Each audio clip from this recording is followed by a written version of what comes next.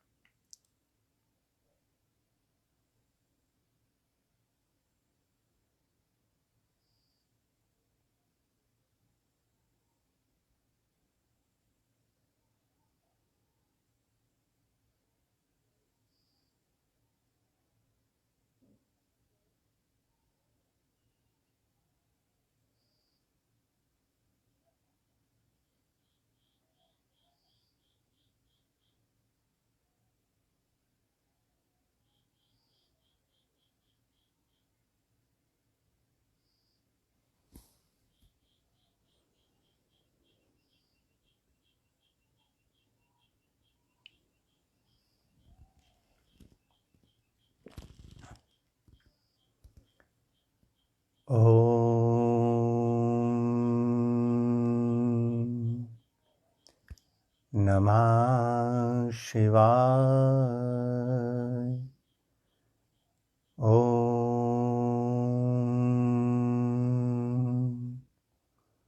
नमः शिवाय। ओम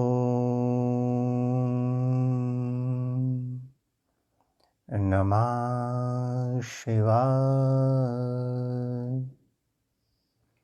हे समस्त प्रिय आत्मन मित्रों, प्रभु प्रेमी, गुरु प्रेमी, ध्यान प्रेमी आत्माओं, आप सबके भीतर विराजमान अविनाशी अनंत परम ब्रह्म परमात्मा के श्री चरणों में हिमालय की इस तपोभूमि श्री केदारखंड से हिमालयन ऋषि का कोटि कोटि प्रणाम।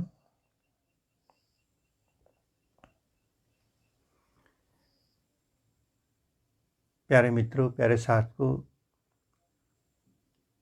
2-3 दिन से हम सभी ने मिलकर लाइव ध्यान तो नहीं किया, किंतु हम भी बैठते रहे और हमें पता चलता रहा कि अनेकों साधक सुबह और शाम के समय में अपने समय पर ध्यान में बैठते रहे। उनकी ऊर्जा हमें महसूस होती रही। बहुत सुंदर। तो आइए इस रात्रि की वेला में हम सभी साधक मिलकर पुनः से ध्यान मंदिर की ओर चलें। इस ध्यान मंदिर में प्रवेश करने का एक नियम है, एक सिद्धांत है। ध्यान और प्रेम एक ही बात है, दोनों में कोई अंतर नहीं। प्रेम भी 2 लोगों के बीच में होता है, तीसरा बीच में आ जाए तो संसार बन जाता है, प्रेम नहीं रह जाता। और ध्यान भी 2 लोगों के बीच में होता है, ध्यान कहो या प्रेम, ये आत्मा और परमात्मा का ही विषय है। तो प्यारे मित्रों, प्यारे साथियों, इस ध्यान मंदिर में प्रवेश करने से पहले थोड़ी देर के लिए अपने आप को अपने से अलग कर देना। इस जन्म के बाद आपको जो जो भी मिला, आपका कोई नाम, आपकी कोई पहचान, जानकारियाँ, ज्ञान, संबंध, गुरु, मित्र, कुछ भी मिला हो, थोड़ी देर के लिए इन सब को अपने जीवन से अलग कर देना। बिल्कुल हल्के फुल्के हो जाना, निर्भर हो जाना, एक नवजात शिशु जैसे हो जाना, बिल्कुल वैसे ही जैसे अभी अभी किसी शिशु का जन्म हुआ हो और उसके तन पर वस्त्र तक नहीं है, मन, बुद्धि, इंद्रियां, चित्त कुछ भी नहीं उसके पास। बस उस अवस्था में अपने आप को ले आएं, तब आप सीधा ध्यान मंदिर में प्रवेश कर जाएंगे। क्योंकि इस मंदिर में आपके साथ कोई दूसरा जुड़ गया, प्रवेश ही नहीं कर पाएंगे। ये ध्यान का सिद्धांत है। तो आप अकेले निर्मल, पावन, पवित्र आत्मा की तरह आइए ध्यान मंदिर की ओर चलें। आइए, आप जहाँ भी हैं वहीं पर अपने अपने ध्यान में बैठ जाएंगे। जरूरी नहीं कि आपको भूमि पर ही बैठना हो, बड़े मज़े से बैठना। ध्यान कोई सज़ा नहीं है, कोई पनिशमेंट नहीं है, कोई काम नहीं है, ये कोई नौकरी नहीं है। ध्यान तो प्रेम है, और इस प्रेम में कोई नियम नहीं, कोई सिद्धांत नहीं। आप कुर्सी पर बैठें, चाहे सोफे पर या बेड पर, सिद्ध आसन लगाएं, पद्म आसन, वज्रासन, सुखासन, ध्यान से इनका कोई मतलब नहीं। ध्यान को इनसे लेना देना नहीं है। एक नवजात शिशु, नवजात बच्चा उसे कहीं लिटा दो, कैसे लिटा दो, उसे फर्क नहीं पड़ता। बस उसी अवस्था में उतर जाएं और बैठ जाएं। ढीले ढाले मस्त होकर बैठना, हल्के फुल्के।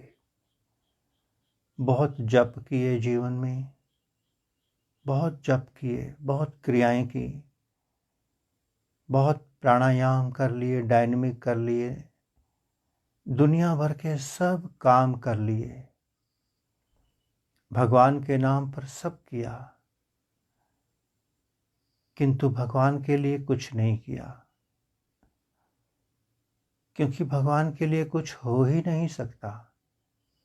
जो जो भी किया इस शरीर के लिए हुआ। फिजिकल एक्सरसाइज से अधिक हमने कुछ नहीं किया।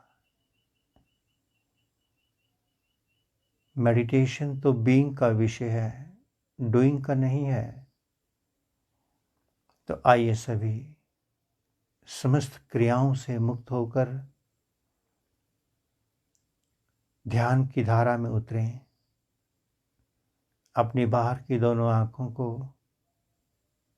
बड़े हल्के से बंद कर लेना, बहुत हल्के से।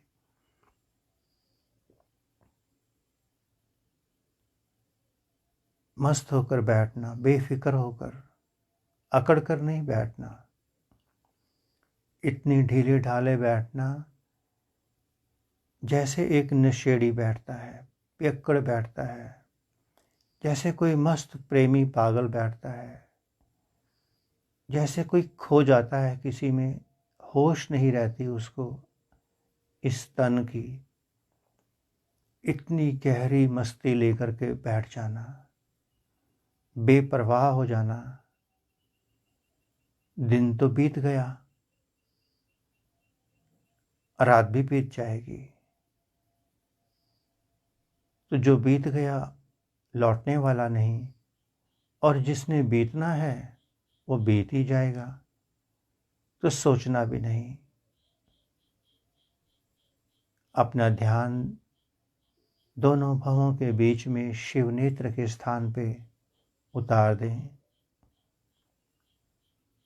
शिव नेत्र से देखना प्रारंभ करें।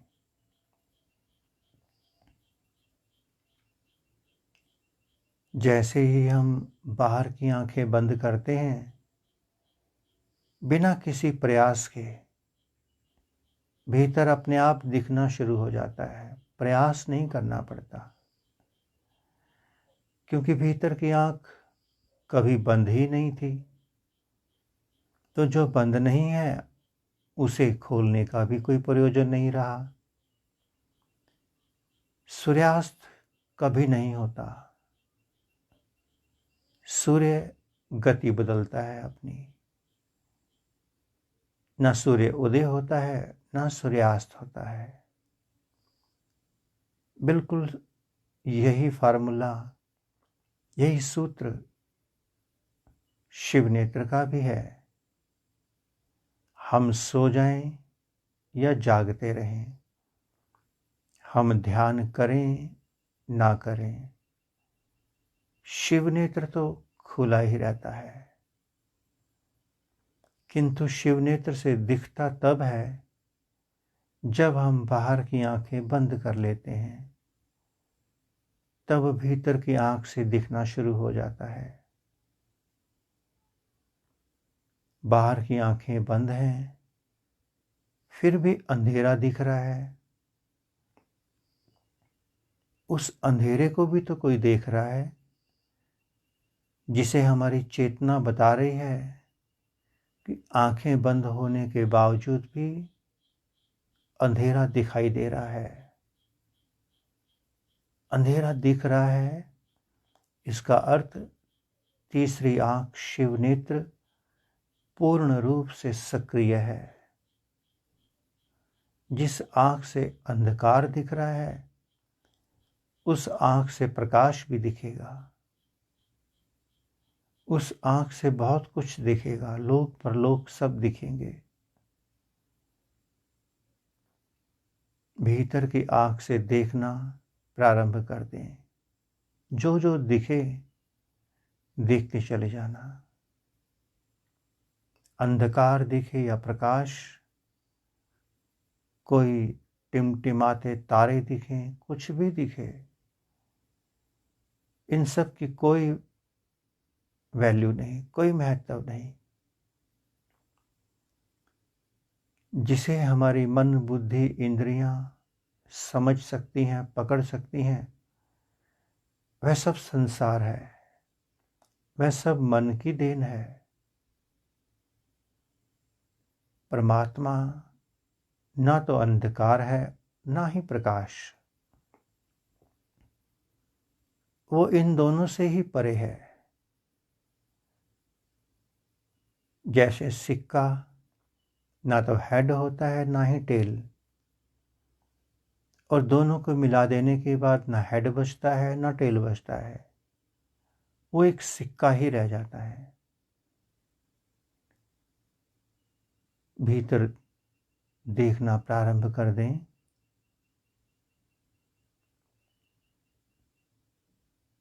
रात्रि का ये दिव्य समय, पूरी प्रकृति मौन, शांत, और साथ में हिमालय के ऋषियों मुनियों की ऊर्जा, अनंत ऊर्जा का प्रवाह।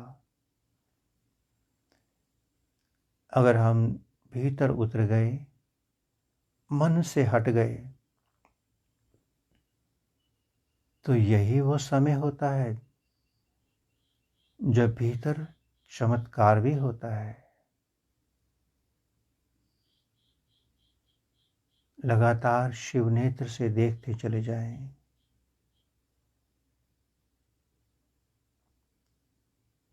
अच्छा दिखाई दे, बुरा, शुभ, अशुभ, कुछ भी दिखाई दे, देखने का महत्व है। क्या दिखाई दे उसका कोई महत्व नहीं। जैसे जैसे हम गहरे जाएंगे, ध्यान में जाएंगे, अंतस खाली होने लगेगा, निर्विचार होने लगेगा। थोड़ा समय लगेगा, हम शून्य होते चले जाएंगे। बस उसी शून्य में ही वो परमात्मा, वो समाधि घटित होती है। देखते चले जाएं भीतर लगातार।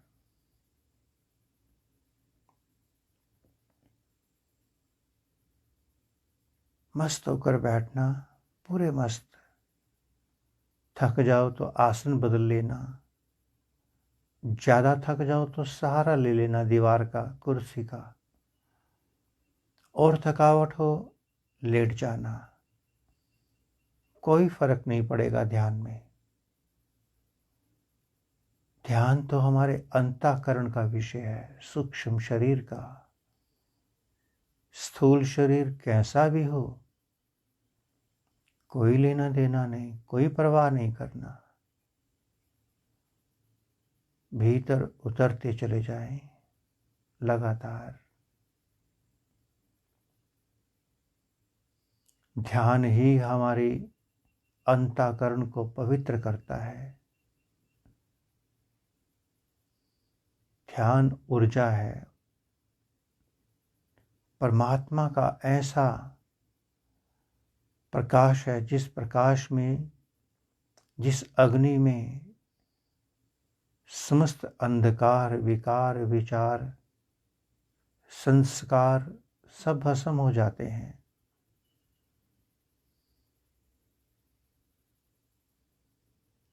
कितनी ऊर्जा बह रही है हिमालय की।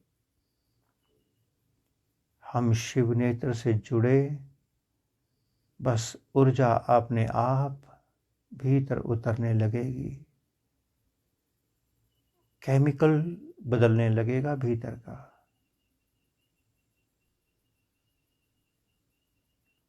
किनारे खड़े होकर भीतर होने वाली हर घटना को देखना।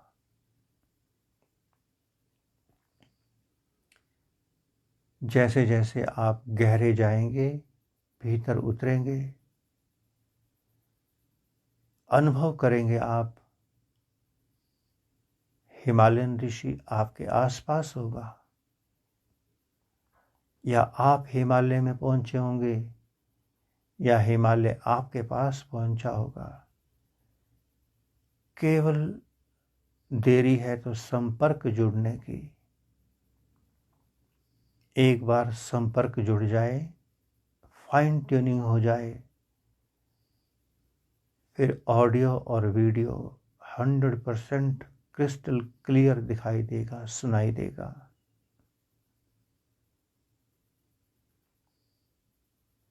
हम कभी भीतर ही नहीं गए तो जाने कैसे उस प्रभु को। हमने अमृत रस चखा ही नहीं। कोई बात नहीं, जो समय निकल गया बहुत सुंदर। कोई प्रायश्चित नहीं करना बीते हुए समय का। आने वाले समय के लिए वेलकम की तैयारी नहीं करना। आज अभी इसी वक्त जो हिमालय बरस रहा है, जो अमृत बरस रहा है, बस उसे पी लेना।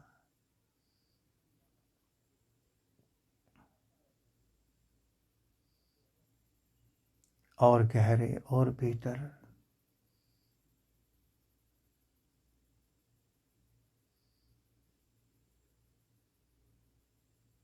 धीरे धीरे अंतःकरण भी मौन होने लगेगा।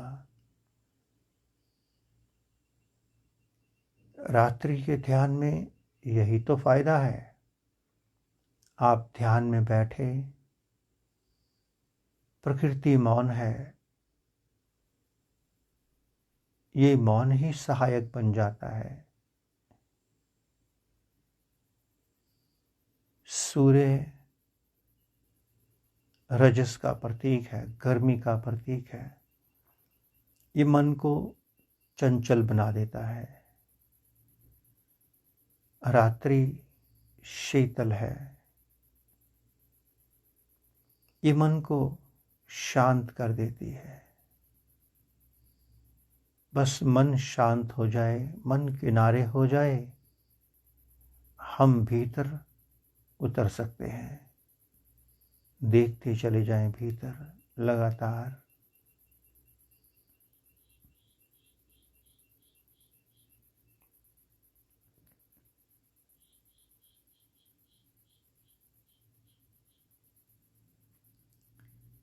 कितना अच्छा लग रहा है। कुछ साधकों के आज्ञा चक्र पर एक खिंचाव जैसा, जैसे कोई हल्की हल्की गुदाई कर रहा हो। बहुत सुंदर, बहुत सुंदर। जैसे जैसे आपका ध्यान गहरा होगा, नासिका के अग्रिम सबसे टॉप पर, जहाँ दोनों भवें नीचे आकर मिलती हैं, आइस ब्रोज के पास, वहाँ आकर टिकेगा।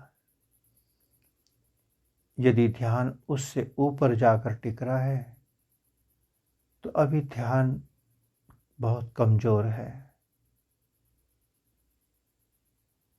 अगर ध्यान दोनों भवों के बीच में, बिल्कुल बीच में, शिव नेत्र पे आकर टिकता है।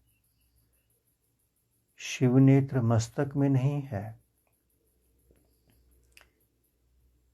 ये इस स्थान पर है, बिल्कुल यहाँ जहाँ हमारा नासिका समाप्त होती है, ऊपर जाकर वहीं पर। अगर ध्यान वहाँ आकर टिका, एकदम से निर्विचार स्थिति घटित होगी। फिर आप बात भी कर रहे होंगे, सुन भी रहे होंगे, देख भी रहे होंगे, उसके बावजूद भी आप मौन होंगे।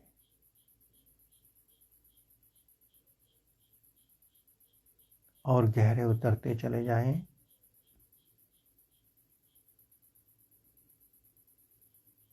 बहुत सुंदर, बहुत सुंदर। देखते चले जाएं।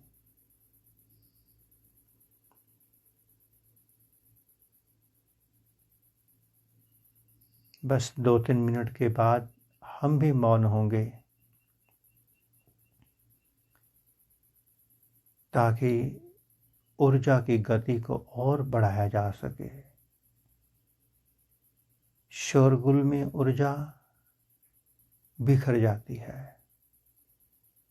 इसीलिए सारे ऋषि मुनि संत महात्मा ध्यान के लिए, आत्मज्ञान के लिए एकांत की ओर, हिमालय की ओर निकल जाते थे।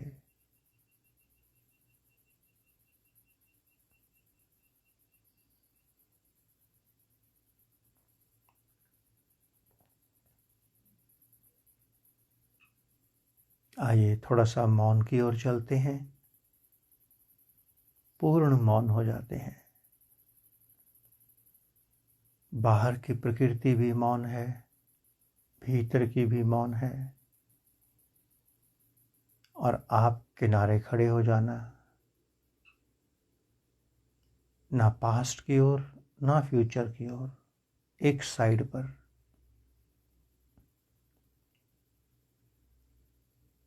पूरे जाग कर होश से बैठना। अभी तक तो मास्टर आपको जगा रहे थे। मन को पता चल गया कि मास्टर भी मौन होने वाले हैं। ये बाहर खड़ी सारी इंद्रियां, विचार, विकार, मन, सब ने तैयारी कर ली है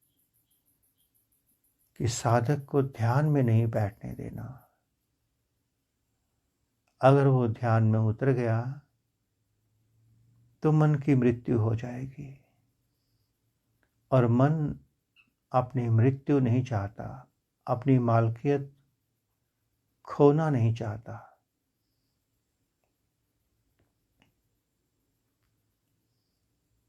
थोड़ी देर के लिए अपना सहारा खुद बन जाना, अपने चौकीदार खुद बन जाना। आइए भीतर उतर जाएं पूर्ण मौन में।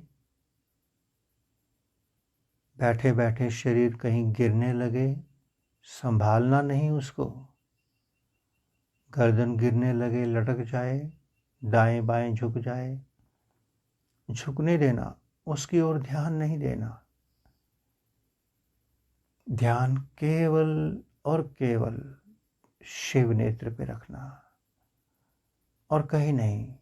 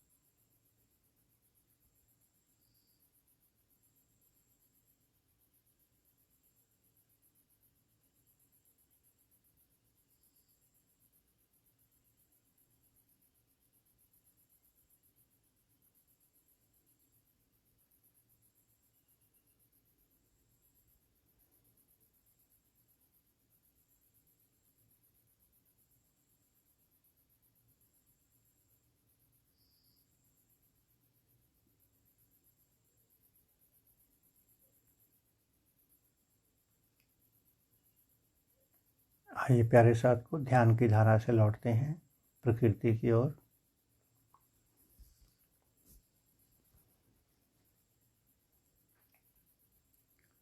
आप सभी साधक अपनी दोनों हथेलियों को रगड़कर अपने मुखमंडल पर फेर लेंगे।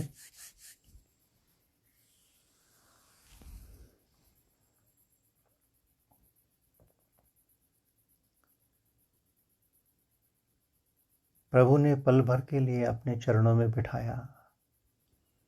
आइए उसकी इस कृपा का आभार व्यक्त करें, धन्यवाद करें।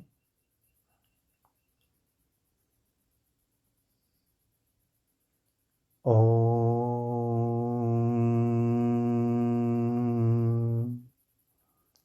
नमः शिवाय।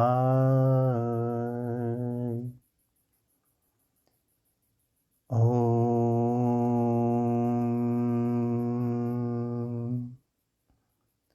नमः शिवाय।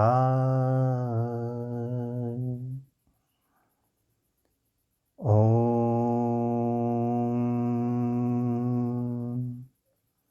नमः शिवाय।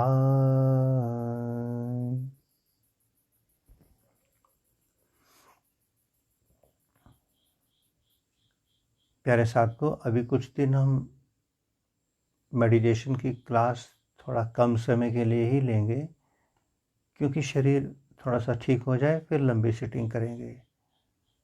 तो अभी कुछ दिनों से ऐसा ही चल रहा है, पर ठीक हो जाएगा बहुत जल्द। ठीक ही है, कोई ऐसी बात नहीं। एक छोटा सा सूत्र माँ भगवती की कृपा से शेयर कर लेते हैं, फिर उसके बाद हम इस ध्यान की धारा को विश्राम देंगे। आप साधक ये नहीं समझना कि हम 2 घंटे बैठेंगे, 5 घंटे बैठेंगे तब जाकर हमारा केमिकल बदलेगा। जैसे बहुत सारे दूध को जमाने के लिए थोड़ा सा ही दही चाहिए होता है, तो दूध जम जाता है, दही का रूप ले लेता है।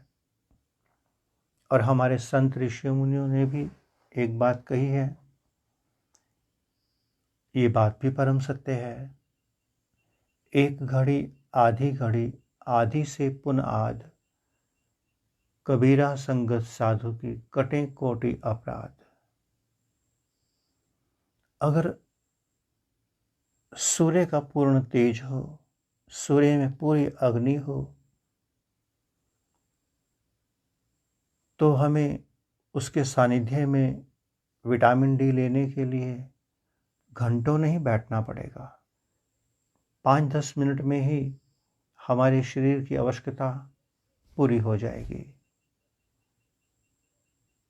तो हम मुख्य बात पे आते हैं।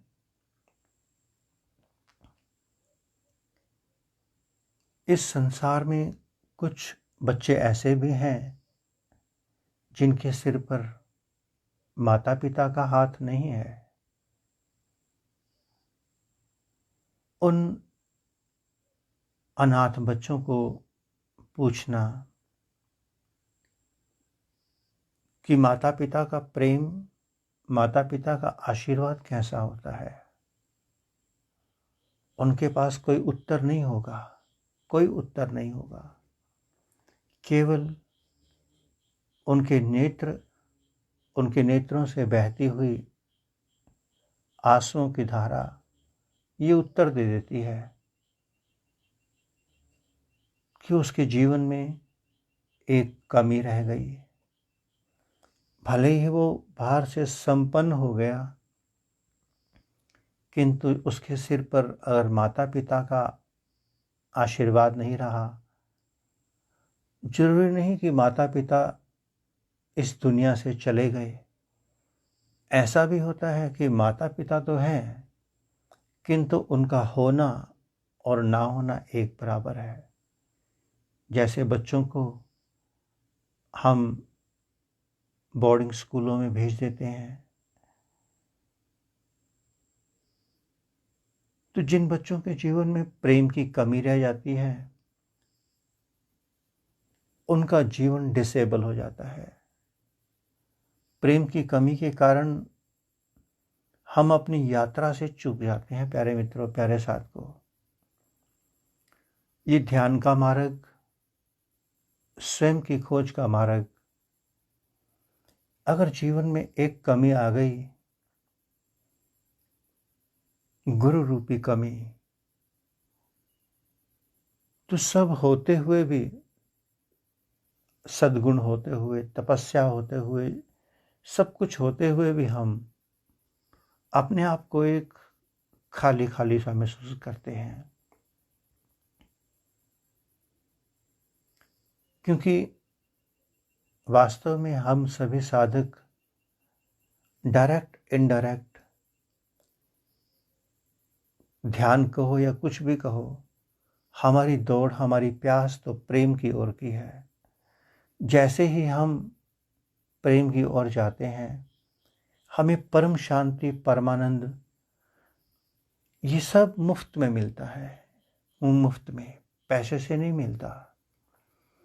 एक छोटा सा बच्चा कितना रो रहा हो, कितना चिल्ला रहा हो, जैसे ही माँ की गोद में आता है, शांत हो जाता है, मौन हो जाता है, मस्त हो जाता है। ठीक वैसे ही एक साधक जब किसी सच्चे संत सद्गुरु से जुड़ता है, बस उसकी आत्मा की प्यास तृप्त होने लगती है। वास्तविकता में तो सद्गुरु हम सबके भीतर ही है। बाहर एक सिंबॉलिक है, किंतु यदि सिंबॉलिक भी 100% पावन पवित्र मिल जाए, ट्रांसपेरेंट मिल जाए,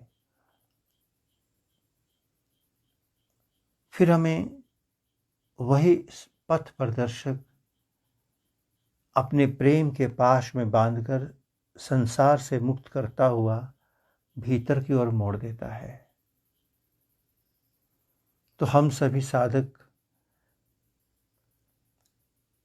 प्रेम के भिखारी हैं। प्रेम हमारी कमजोरी कहो, भूख कहो या कुछ भी कहो, तो जब तक साधक के भीतर का सद्गुरु प्रकट नहीं हुआ, मां कुंडलिनी शक्ति प्रकट नहीं हुई, जागृत नहीं हुई, तब तक अक्सर साधक लोग कहते हैं कि वो कहीं कहीं भटक रहा है। कभी किसी संत के पास भटक रहा है, कभी किसी के पास। हमें ये शब्द इस्तेमाल नहीं करने चाहिए कि वो भटक रहा है। नहीं, हर साधक की आत्मा प्यासी है परमात्मा के प्रेम के लिए। वो प्रेम को ढूंढने के लिए जा रहा है जगह जगह पर, और जब उसकी प्यास कहीं तृप्त होने लगती है, वो वहाँ रुक जाता है, भटकता नहीं है, अपनी प्यास को खोजने के लिए जाता है। खोजने के लिए जाना ही पड़ता है, जाना ही पड़ता है। तो प्यारे साथियों, प्यारे मित्रों, आप इतने भाग्यशाली हैं, इतने परम सौभाग्यशाली हैं, जिसकी कल्पना नहीं की जा सकती।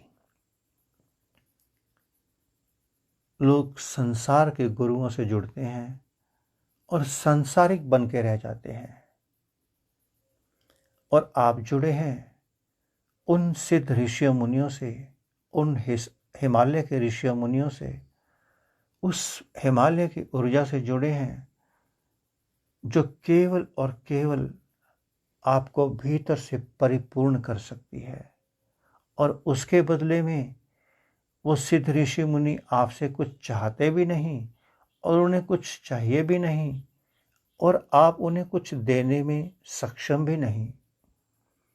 क्योंकि जो सिद्ध बुद्ध हैं, उनकी तो आवश्यकताएं ही खत्म हो गई, उनका पात्र ही विदा हो गया। इच्छा पात्र हो या भिक्षा पात्र हो, उनके पास पात्र ही नहीं रहा। तो आप सभी साधक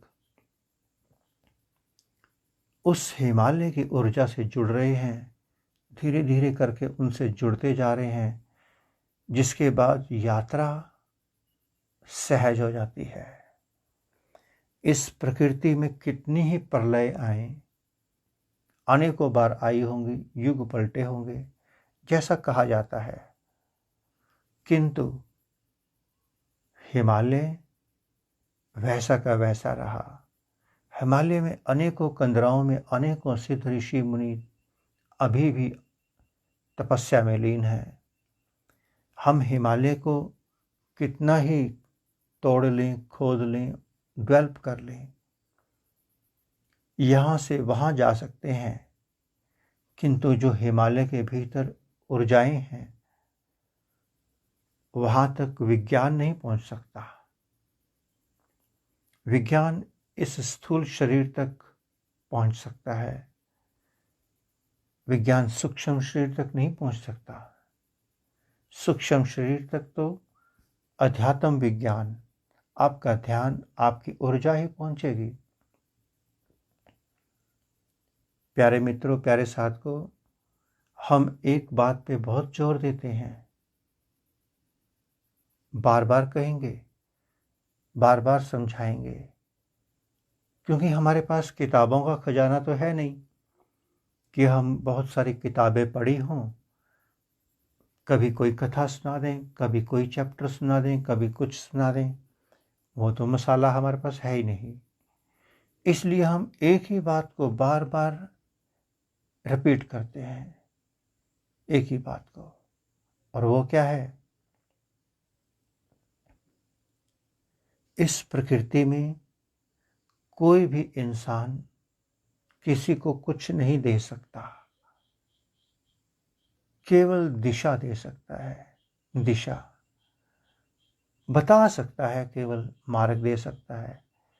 इससे अधिक किसी के बस में कुछ भी नहीं है। और ये दिशा भी उसी को मिलती है जो भीतर से ट्रांसपेरेंट है, निर्मल है, पावन पवित्र है। प्यारे साथियों, हमने पहले भी अनेकों बार यही बात कही, आपके और हमारे बीच में एक महाशक्ति सदा विराजमान रहती है, जिसे गीता के बारे में कहा गया, ना तो उसे अग्नि जला सकती है, ना हवा उड़ा सकती है, ना कोई उसे मिटा सकता है। वो परमात्मा हमारे और आपके बीच में सदा विराजमान रहता है।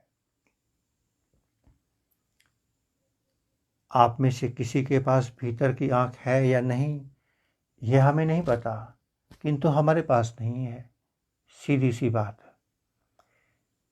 इसलिए हम नहीं जानते कि आप हमें बना रहे हैं, मूर्ख बना रहे हैं, पागल बना रहे हैं या कुछ भी। वो हमारा विषय नहीं है। हमारा तो विषय है कि जो हमने प्राप्त किया, जिस मार्ग से प्राप्त किया, जो हमारे पास है, जो सीखा, जो ऋषियों से प्राप्त किया, वो आपको बता दें। हम यही सोचकर बताते हैं कि हम जो बता रहे हैं वो आपके पास पहुंच रहा है,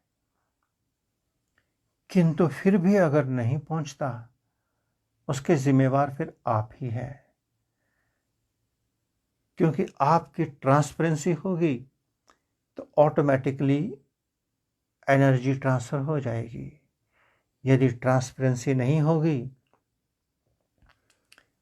आपके विचार, आपके विकार, आपकी सोच नेगेटिव हो या पॉजिटिव, वो बीच में डैम बन के खड़ी हो जाएगी। वो इस तरफ की ऊर्जा उस ओर जाने ही नहीं देगी। अब सारा दारोमदार आपके ऊपर है कि आप कितने ईमानदार हैं। तो हम यही कहते हैं, आप अपने प्रति ईमानदार हो जाना, वफादार हो जाना, सच्चे पक्के हो जाना। हमारे प्रति नहीं, हमारे प्रति आप कुछ भी होंगे, हमें क्या फ़र्क पड़ेगा? हमें नहीं फ़र्क पड़ेगा। हम कहते हैं, आप अपने भीतर विराजमान परम ब्रह्म परमात्मा से, अपने भीतर बैठे सद्गुरुदेव से छुप नहीं सकते। किसी तरह की कोई चाल नहीं चल सकते। और चलें भी क्यों? जो शख्स आपके सामने बैठा है हिमालयन ऋषि, उसे आपसे क्या चाहिए और आपको हमसे क्या चाहिए?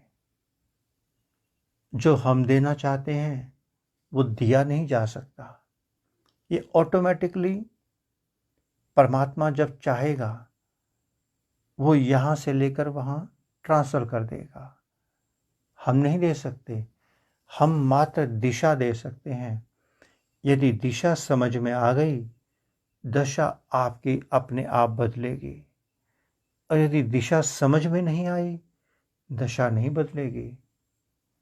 तो आइए प्यारे मित्रों, प्यारे साधकों, हम सभी अपने भीतर बैठे परमात्मा के प्रति, अपने भीतर विराजमान सद्गुरुदेव के प्रति सच्चे पक्के हो जाएं, ईमानदार हो जाएं, ताकि हमारा आगे का मार्ग खुल सके, मोक्ष मुक्ति का रास्ता खुल सके। हर जन्म में सब कुछ किया, सब कुछ। इस जन्म में यदि आपको परमात्मा ने किसी विशेष शक्ति से जोड़ा है, हिमालय से जोड़ा है, तो कुछ विशेष कमाई भी होनी चाहिए। आज तक आप दौड़ते रहे, जिसके लिए परमात्मा ने आपके लिए व्यवस्था कर दी, आप फिर भी दौड़ते हैं, तो इसके आगे कोई शब्द नहीं कहा जा सकता, कुछ नहीं कहा जा सकता।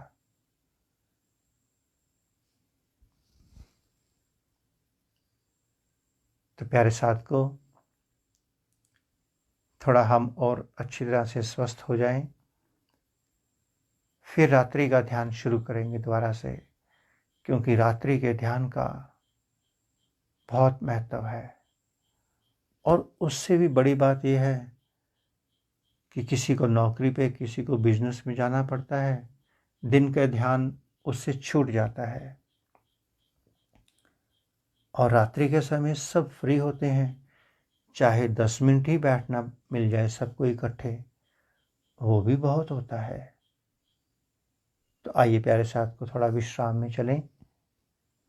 पुनः से आप सबके भीतर विराजमान अविनाशी अनंत परम ब्रह्म परमात्मा के श्री चरणों में हिमालय की इस तपोभूमि श्री केदारखंड से हिमालयन ऋषि का कोटि कोटि प्रणाम।